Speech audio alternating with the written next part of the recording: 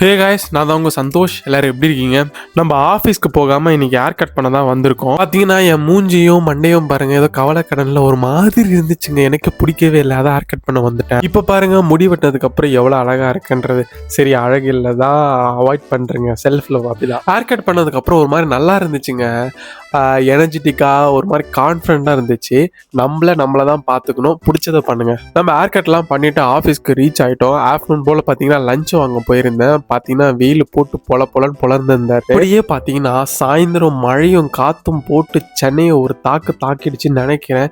காலையில் என்னன்னா வெயில் அடிக்குது, சாயந்தரம் என்னன்னா மழை பெய்யுது, முடியல. அப்படியே நம்ம மழை விட்டோன்னு போய் ஒரு டீ போட்டோம் சூடா. EMI vs மீல இது டே 49. நம்ம இன்னைக்கு ரேபிடோ தான் ஓட்ட போகிறோம்.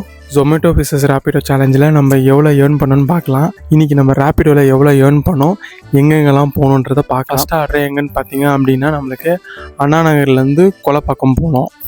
கொலம்பாக்கத்துலேருந்து கோடம்பாக்கம் வந்தோம். கோடம்பாக்கத்தில் இருந்து கொருக்குப்பேட்டை.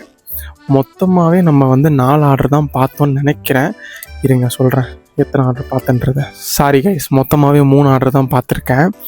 3 ஆர்டரில் நம்ம எவ்வளோ ஏர்ன் பண்ணியிருக்கோம் பார்த்தீங்கன்னா 500 ரூபா ஏர்ன் பண்ணியிருக்கோம். நான் அதை இங்கே போடுறேன் டிஸ்கிரிப்ஷனில் எவ்வளோ நம்ம ஏர்ன் பண்ணோன்றதை. 3 ஆர்டர்லேயே நமக்கு 500 ரூபா எடுத்துருக்கோம். எல்லாமே நம்மளுக்கு லாங் ஆர்டர் தான்.